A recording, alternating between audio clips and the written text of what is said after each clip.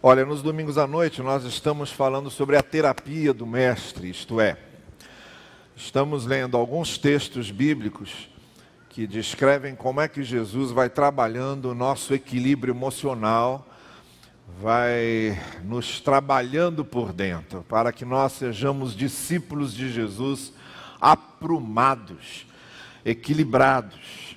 O tema desse ano, seja um discípulo, faça um discípulo. Nos cultos pela manhã eu estou falando sobre a identidade do discípulo e à noite falando sobre essa terapia do mestre na nossa mente, no nosso coração, porque a gente não é só alma e nem é só corpo, a gente também é emoção. Também precisamos ter esse equilíbrio que o Senhor vai promovendo nas nossas vidas. E é sobre isso que nós temos falado. Mas antes de ler o texto que eu quero para a reflexão desta noite, eu quero lembrar o seguinte: no próximo domingo pela manhã, nós faremos aqui o primeiro passo da preparação do nosso plano de ação. Nós vamos preparar um plano de ação para a igreja para os próximos 5 anos, com alvos, metas específicos e depois as maneiras, os métodos, os estratagemas de nós alcançarmos esses alvos e essas metas. Agora, para que nós tracemos esses alvos e metas, nós vamos partir de uma ampla pesquisa de opinião que nós vamos fazer aqui com a igreja no próximo domingo pela manhã. Então é muito importante que você que é membro da igreja, ou você que é congregado, esteja para poder responder aqui as perguntas que serão feitas por escrito. Será uma pesquisa em que você vai simplesmente responder sem colocar nome. A pesquisa é anônima para que as pessoas sejam mais sinceras que puderem nas suas respostas. E o importante é que a gente, com o resultado dessa pesquisa, quando ela for tabulada, nós vamos ter talvez o resultado da maior pesquisa de opinião que já fizemos aqui, com a visão da igreja sobre ela mesma em vários aspectos. E a partir daí é que a gente vai começar a fazer a montagem desse plano de ação. Então é importantíssima a sua presença.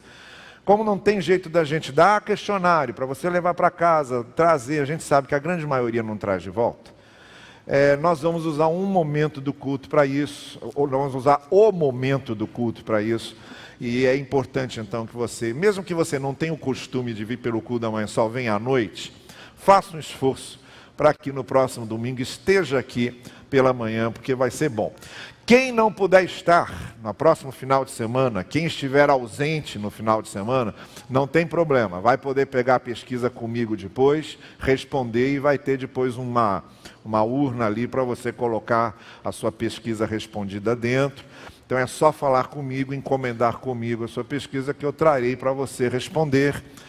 Aí sim, você leva para casa, traz e deixa ali, tá bem? Mas a grande maioria eu gostaria que no domingo de manhã nós tivéssemos esse resultado, porque vai ser um passo importantíssimo para a gente desenvolver as próximas etapas desse plano de ação, tá bem? E hoje à noite eu ia passar aqui um filminho que o pastor Gustavo preparou sobre o trabalho lá da congregação. Então, assim como Elias e Alcileia deram o relatório, eu mostraria, mas eu dei preferência ao Elias e ao Alcileia hoje, porque eles estão com a gente aqui esse final de semana, e domingo que vem à noite nós vamos passar também um filme que o pastor Gustavo preparou, com um relatório do trabalho dele e da Luísa lá na nossa congregação de paz, tá bem? Abra sua Bíblia, por favor, em João capítulo 5. E vamos ler o texto que vai do versículo 1 até o versículo 9.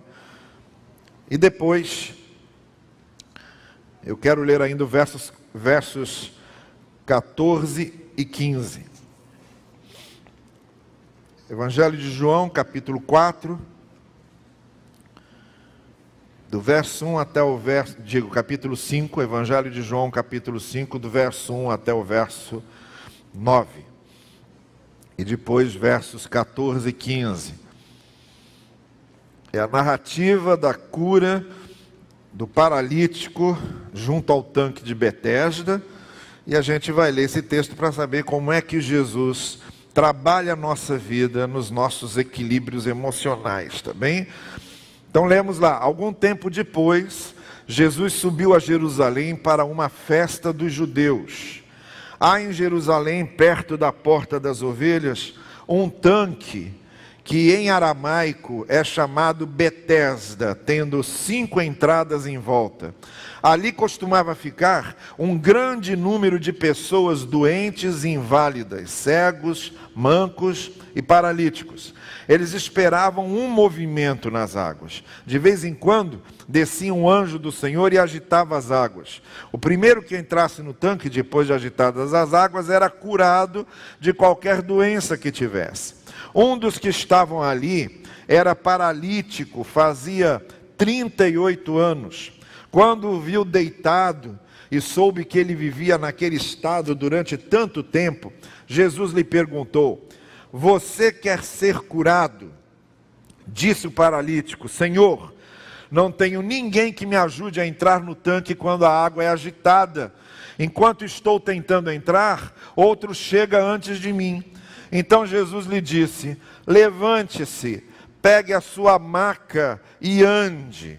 Imediatamente o homem ficou curado, pegou a maca e começou a andar. Isso aconteceu num sábado. Agora vá comigo até o verso 14. Mais tarde, Jesus o encontrou no templo e lhe disse: olhe, você está curado, mas não volte a pecar, para que algo pior não lhe aconteça. O homem foi contar aos judeus que fora Jesus quem o tinha curado. Que o Senhor abra não só os nossos olhos para a verdade da sua palavra, mas muito especialmente abra os nossos corações e as nossas mentes, para que a palavra do Senhor nos atinja hoje como um raio. Só que em vez de nos matar como um raio faz, que nos atinja como um raio para nos dar vida. Assim Ele faça. Amém. Gente querida, há aqui algumas coisas nesse texto de João 5 que eu gostaria de chamar a sua atenção, porque há muito mais de terapia nessa ordem que Jesus deu aqui ao paralítico: pega a sua maca e ande. Tem muito mais de terapia do que a gente pode imaginar aqui. Então veja, qual era a situação aqui? Qual é a situação que João está descrevendo aqui? Primeiro, um homem que não podia andar há 38 anos. Um homem paralítico há 38 anos. Segundo, qual era a expectativa daquele homem? É que em algum momento ele pudesse chegar naquele tanque que era chamado de Betesda, porque havia uma crença antiga judaica de que um anjo passava por ali, mexia naquelas águas, e enquanto as águas estavam se mexendo, o primeiro que se jogasse no tanque seria curado. Os comentaristas ficam debatendo se isso acontecia mesmo ou não acontecia. Há algum tempo atrás, quando eu estudei esse texto para definir uma posição sobre isso, para mim, eu cheguei à conclusão que isso não acontecia. As águas mexiam lá por causa de algum vento que batesse, ou alguma outra coisa que acontecesse, e havia uma crendice, era uma lenda judaica, porque não entra na minha cabeça que houvesse qualquer tipo de justiça divina nesse tipo de coisa, em que um anjo vem, mexe as águas, o primeiro que se joga lá é curado, enquanto os outros ficam todos esperando. Eu não vejo nada de graça, nada de misericórdia, nada de amor de Deus nisso. Eu vejo apenas o estabelecimento de uma crença que causava uma concorrência entre aquelas pessoas. Era uma crença judaica, não acredito que acontecia, mas havia uma expectativa daquelas pessoas que acontecesse. E aquele homem estava ali há 38 anos esperando que acontecesse, firmado na expectativa de uma crença e de uma lenda. Qual foi a diferença naquele dia? O que é que fez diferença na vida daquele homem que há 38 anos estava na expectativa da cura? A passagem de Jesus por lá. E toda a nossa série de mensagens aqui sobre a terapia do Mestre está fundamentada nisso. O que faz diferença na nossa vida, a rigor, fundamentalmente, essencialmente, abrangentemente, permanentemente, de uma forma definitiva. Não é a expectativa de uma crença se realizar, de uma lenda se tornar realidade, mas a expectativa da passagem do Mestre, porque quando Jesus Cristo passa, as coisas acontecem. Quando Jesus Cristo passa, Ele marca a vida das pessoas. Quando Jesus Cristo passa, Ele muda a vida das pessoas. Quando Jesus Cristo passa, Ele faz a sua revolução pessoal na vida das pessoas. Se você nunca experimentou isso, eu lamento. Se você está diante do seu laguinho religioso, se você criou a sua Betesdinha religiosa e fica ali diante daquele tanquinho de Betesda religioso que você criou para você, só criando expectativas, eu lamento muito. Porque o que muda a nossa vida não é nós acamparmos ao redor de um tanque religioso, é nós deixarmos que o Jesus que está passando entre na nossa vida e mude a nossa vida. O que eu estou pedindo a Deus é que o poder do Espírito Santo, essa noite, tire você das margens religiosas do tanque de Betesda e jogue você nos braços da graça do Senhor Jesus Cristo. Essa foi a diferença na vida daquele homem. Foi isso que aconteceu ali. Agora esse texto, ele vai descrever então como Jesus fez isso. Qual foi o trabalho terapêutico de Jesus? E o que foi que Jesus, de forma terapêutica, fez na vida daquele homem? Não só para mudar, aquele homem não passou a andar só com as pernas. Ele passou a andar com a mente. Ele passou a andar com as emoções. Jesus não tirou aquele homem só da letargia física. Jesus tirou aquele homem da letargia espiritual, da letargia emocional, da letargia mental. Foi a vida daquele homem que foi tirada de uma paralisia que há 38 anos estava impedindo aquele homem de andar. O que faz com que todos nós, de alguma forma, nos sintamos paralíticos como ele. De alguma forma, todos nós temos as nossas paralisias das quais o Senhor quer nos libertar.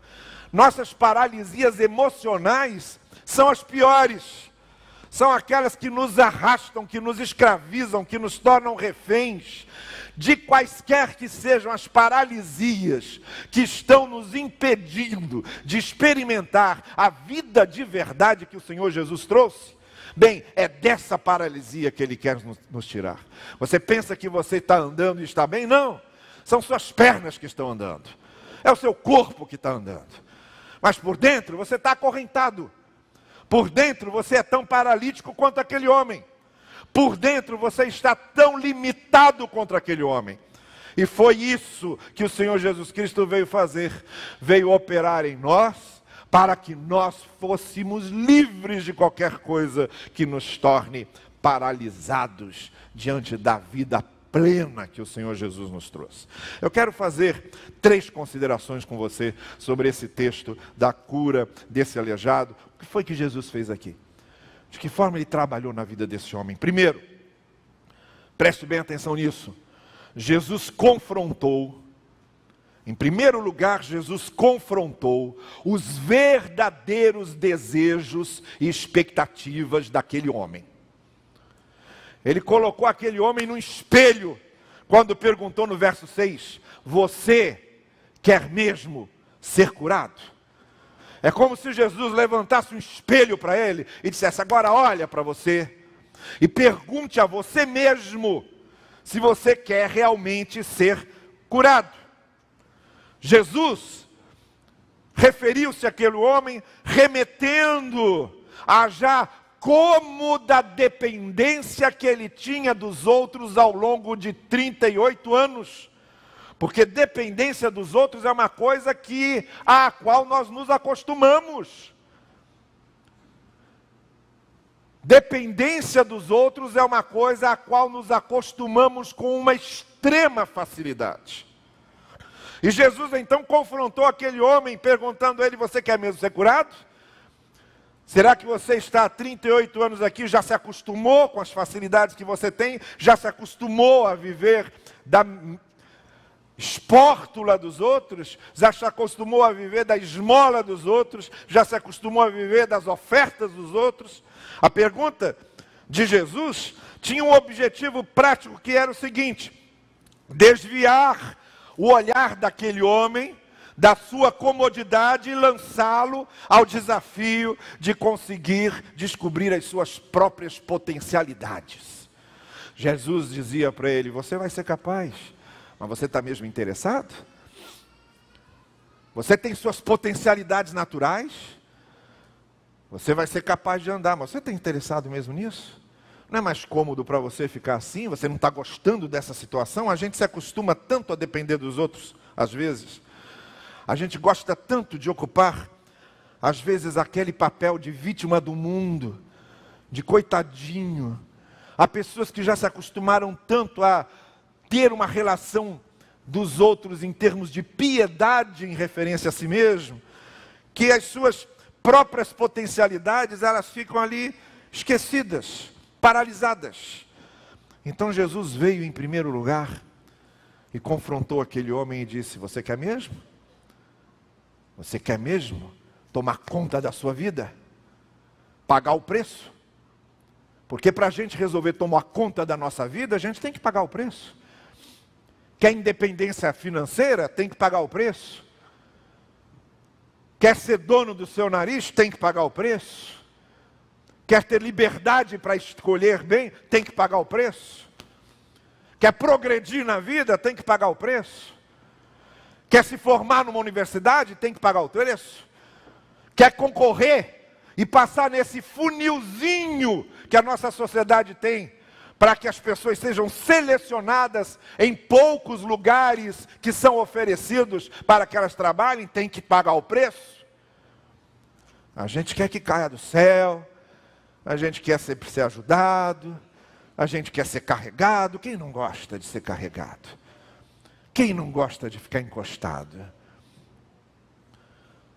Eu tenho um conhecido lá em São Paulo que diz assim: olha, eu descobri que eu não quero ser rico, eu quero ter amigos ricos, porque eu vou aproveitando e não preciso ter o trabalho de enriquecer e trabalhar para enriquecer. Eu tenho amigos ricos, filo jantar com um, vou passeando com outro, e aí eu vou assim, pendurando nos galhos deles e aproveitando o que é possível. Isso é fácil, isso é muito fácil.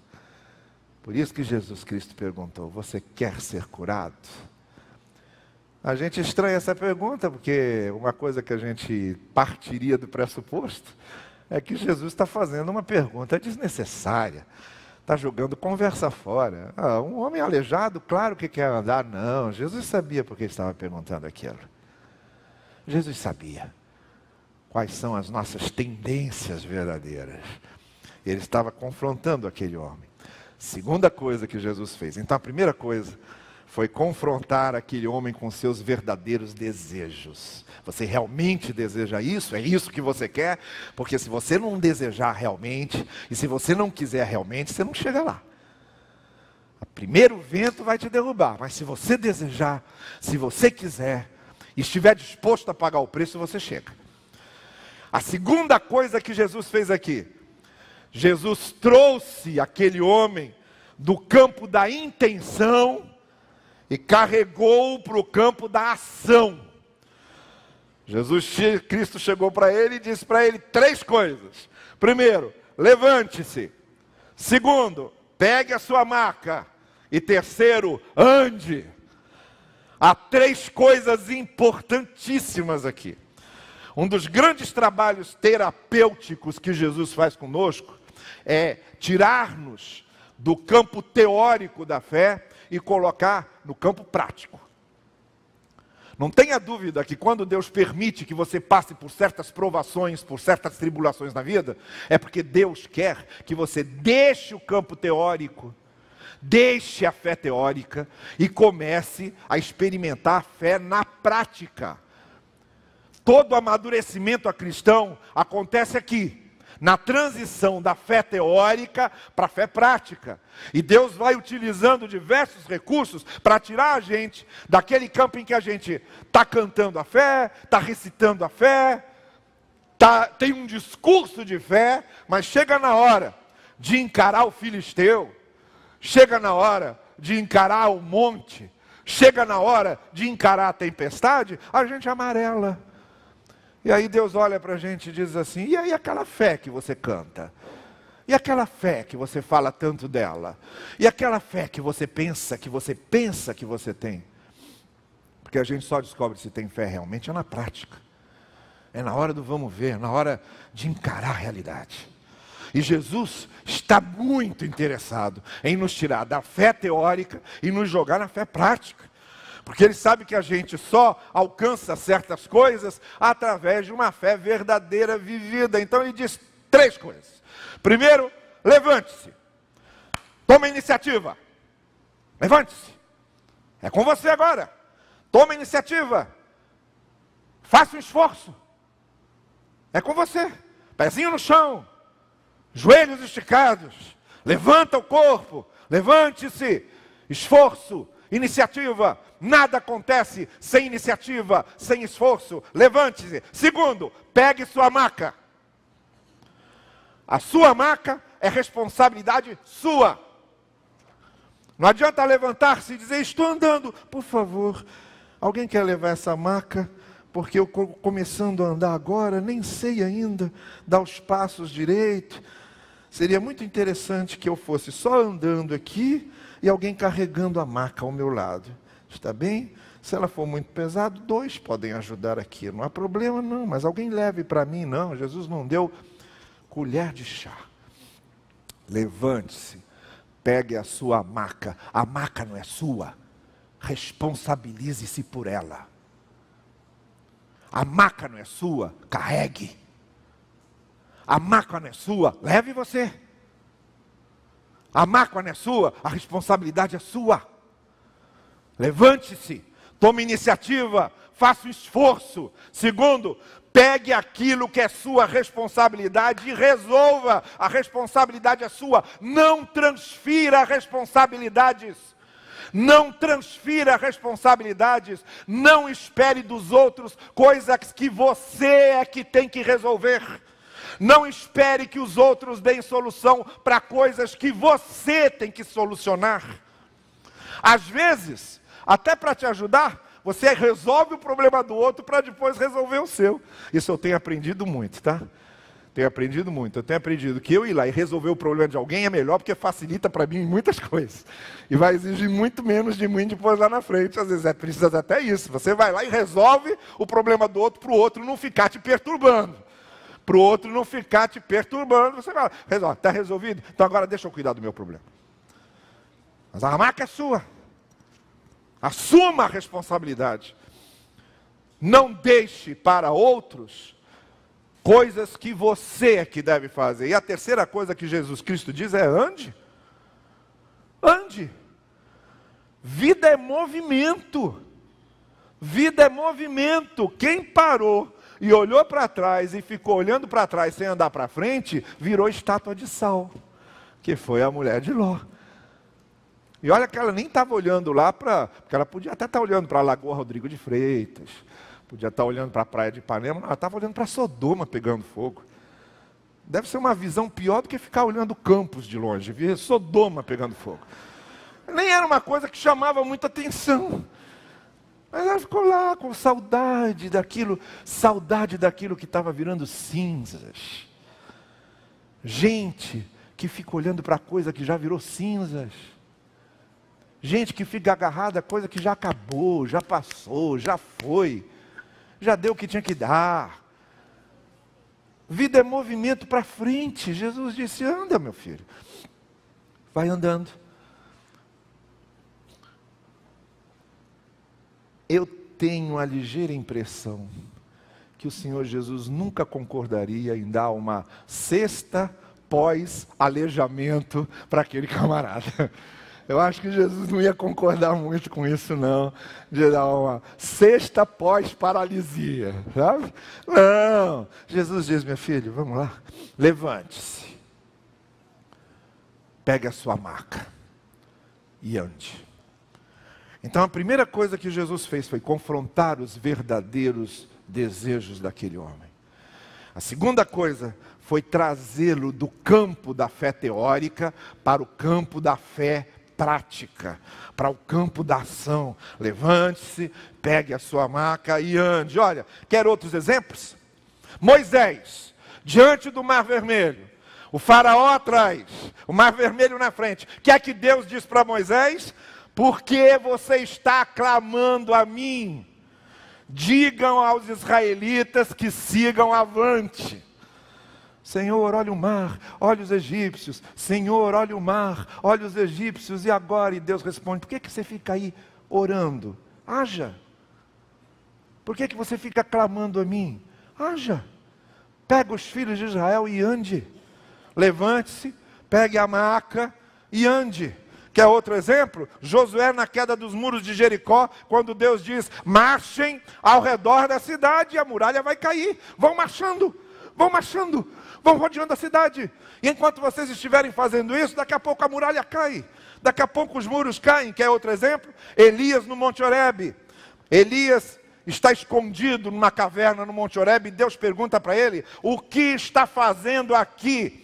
Vá para o deserto e unja Jeú como rei de Israel. Dá uma missão para Elias, não é hora de ficar parado. Pega a sua maca e anda, levante-se, pega a sua maca e anda. Vai ficar nessa caverna o quê? Chorando as mágoas? Vai ficar aqui lamentando o seu destino? Vai ficar aqui enumerando fracassos? Pega a sua maca e anda, saia da caverna, vai fazer algo produtivo, vai ungir o rei de Israel, vai fazer isso agora. Quer outro exemplo? Pedro, fracassado, depois de ter negado Jesus Cristo 3 vezes, aí todo contrito, quebrantado, Jesus pergunta para ele, tu me amas? Ele responde 3 vezes, sim eu te amo, sim eu te amo, sim eu te amo. Jesus diz o que para ele? Então vai cuidar das minhas ovelhas. Então vai cuidar das minhas ovelhas. Levante-se, pegue a sua maca e ande. Em outras palavras, tanto no caso de Moisés, de Josué, de Elias, de Pedro e desse paralítico, era uma só resposta: não fiquem reclamando da vida, mas vão agir. Não fiquem reclamando da vida, mas façam alguma coisa.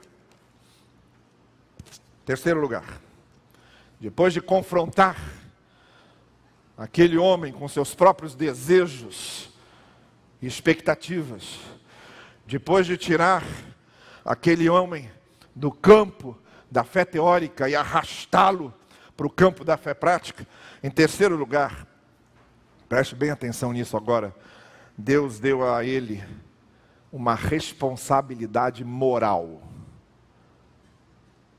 Deus deu àquele homem uma responsabilidade moral, quando disse para ele, olha, você sofreu porque era paralítico, então pare de pecar, porque seu sofrimento pode ser muito maior. O sofrimento por causa do pecado pode ser muito maior do que essa paralisia que você teve. Então ele não só confrontou aquele homem com suas expectativas verdadeiras, nem só trouxe aquele homem para o campo da razão, ele deu um código moral para ele. Sabe por quê? Porque os nossos ajustes emocionais dependem grandemente de uma vida pautada na ética do Evangelho. Jesus está dando princípios para aquele homem. Jesus está dando valores para aquele homem. Jesus está dizendo para ele, existe pecado, pecado faz mal, então não peque.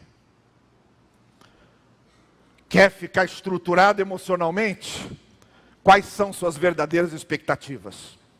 Quer ficar estruturado emocionalmente? Saia da fé teórica e vá para a ação, haja. Quer ficar estruturado emocionalmente? Não volte a pecar. Porque não há nada que nos desestruture emocionalmente do que pecado. E é nesse sentido que o rabino Newton Bonder, ele tem um livro chamado O Crime Descompensa. E é muito interessante porque ele diz o seguinte, ele diz, esse negócio de dizer o crime não compensa não adianta. Porque a gente fica dizendo o crime não compensa, e a gente vai vendo na televisão que o crime compensa. Que a turma está lá, fica um pouquinho presa, sai, vai enchendo os burros de dinheiro, os burros e não as burras, vai enchendo os burros de dinheiro, vai se enriquecendo. E sabe, a única coisa que do governo, até os escalões mais baixos da sociedade, a única coisa que nós aprendemos mesmo nessa vida é que o crime compensa. Vale a pena ser desonesto, vale a pena enganar. Às vezes as compensações são ótimas. Você pode aparecer na televisão, a imprensa dá aquele destaque, mas daqui a pouco todo mundo esqueceu de você. Você vai desfrutar o resto da vida do dinheirinho que você conseguiu sendo desonesto, sem ninguém prestar mais atenção em você. É só surgir um fato novo. E com um bom advogado do lado, por favor, não há como, não tem como. Tem advogado que vai aí, limpa a barra do camarada mesmo, porque a nossa legislação está cheia de janelas abertas para a impunidade. E está cheia de janelas abertas para a impunidade, porque os nossos legisladores sabem que não podem endurecer com a lei, senão eles mesmos tropeçam nelas. Então o crime compensa. Diz Newton Bonder, dizer que o crime não compensa não leva a nada. O que Newton Bonder diz é o seguinte, o crime descompensa. Ele nos desequilibra e ele desequilibra a sociedade. O crime descompensa o convívio das pessoas. O crime descompensa a gente, principalmente quem conhece o Evangelho. Descompensa, desequilibra, inferniza, oprime, descompensa. Não foi à toa que Tiago, quando escreveu a sua carta, no finalzinho da sua carta, Tiago diz assim, está alguém doente entre vocês? Mande um dos líderes da igreja para orar por ele.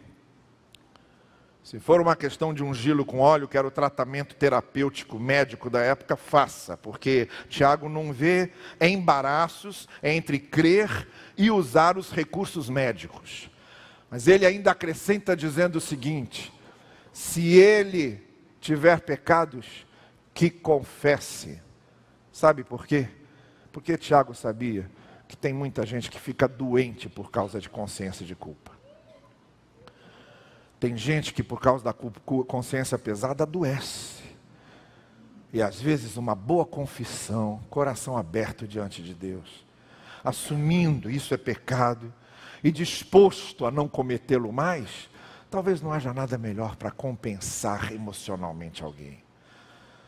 Não foi à toa que Jesus Cristo disse àquele homem, olha, não volte a pecar, porque se você voltar a pecar, você pode sofrer muito mais do que essa paralisia causou a você. Então não é só uma questão de nós examinarmos quais são nossas verdadeiras expectativas. Nem é só uma questão de nós transitarmos da intenção para a ação. Mas é também uma questão de termos um código de princípios, de valores que o Evangelho nos dá. E só o Evangelho nos dá código de princípios e valores que sirvam de aprumo para a nossa vida emocional.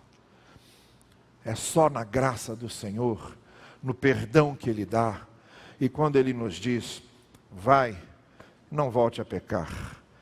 É com, em outras palavras, Ele está dizendo, quer mesmo ser aprumado na vida? Respeite o código de valores e princípios que a minha palavra impõe. Não há nada que contribua mais para o equilíbrio emocional de alguém. Só para encerrarmos, aquele homem saiu de lá, outro, ele nem sabia direito quem era Jesus, era um sábado, foi uma confusão enorme, os fariseus queriam fazer um carnaval ali com ele, porque Jesus curou no sábado, porque ele foi curado no sábado. Aí perguntaram para ele, quem é esse homem que curou você? Ele nem sabia dizer. Ele não tinha formação teológica nenhuma sobre o Messias, sobre Jesus, sobre a expectativa messiânica, sobre a soteriologia de Cristo, sobre a doutrina salvadora de Jesus, nada. Ele só sabia uma coisa: ele era paralítico e agora estava andando. Ele só sabia uma coisa: Jesus tinha feito uma diferença enorme. Isso ele sabia. E é o que eu gostaria que acontecesse com você essa noite. Que Jesus fizesse uma diferença enorme na sua vida. Levante-se, pegue a sua maca e ande. É assim que Jesus trabalha com a gente. Jesus não quer que continuemos nos sentindo os coitadinhos da vida. Jesus não quer que sejamos acomodados dependendo só dos favores alheios. Jesus não quer que nós fiquemos dentro de cavernas, chorando e lamentando nossa sorte. Ele diz: levante-se, pegue a maca, ande. E isso faz uma diferença enorme. Curve a sua cabeça, por favor. Eu gostaria muito que Jesus fizesse essa diferença na sua vida hoje. É disso que você está precisando? É dessa libertação que o Senhor traz? É desse redirecionamento na vida que o Senhor Jesus nos dá? É dessa transformação para que nós vivamos de acordo com seus princípios e valores? É da conduta de valor do Evangelho que você sente que está precisando essa noite? E quer que Jesus faça a diferença em você? Quer que Ele faça a diferença na sua vida? Eu gostaria muito que essa noite Jesus fizesse diferença em você e na sua vida. Há alguém aqui essa noite que está dizendo: sim, eu quero. Eu estou precisando dessa diferença na minha vida. Eu quero que Jesus faça essa diferença. Você quer isso? Então levante-se e fique em pé, aí onde você está. Só se levante e fique em pé, que eu quero orar por você hoje. Isso, lá em cima na galeria, vá se levantando. Se nessa noite você está dizendo: sim, é isso que eu quero, levante-se, fique em pé agora, onde você está, isso. Há mais alguém? Pode se levantar. Se você sente que o Espírito de Deus está falando com você, essa é a hora de você responder ao Espírito de Deus dizendo: sim, eu quero Jesus de fato na minha vida. Eu quero Jesus de verdade na minha vida. É isso que eu quero. Pode ficar em pé como algumas pessoas já fizeram. Ainda há tempo de você fazer isso. Se você está sentindo o toque do Espírito de Deus na sua vida, levante-se e fique em pé, porque eu quero orar por você agora. Senhor querido, que estes que estão se levantando, com o seu coração tocado pelo Espírito, de fato, possam a partir de hoje, experimentar a grande e profunda transformação que o Senhor Jesus pode fazer em suas vidas. Que a partir de hoje, eles se levantem, que a partir de hoje, eles peguem sua maca, que a partir de hoje, eles andem, que a partir de hoje, eles sejam libertados do que os prende, que a partir de hoje, eles tenham um novo código de valor pautado na Tua Palavra. Tudo isso nós sabemos, o Teu Espírito pode operar na vida deles. Faz isso. É o que nós te pedimos, confiados na promessa do Evangelho e na graça do Senhor. Amém e amém. Vamos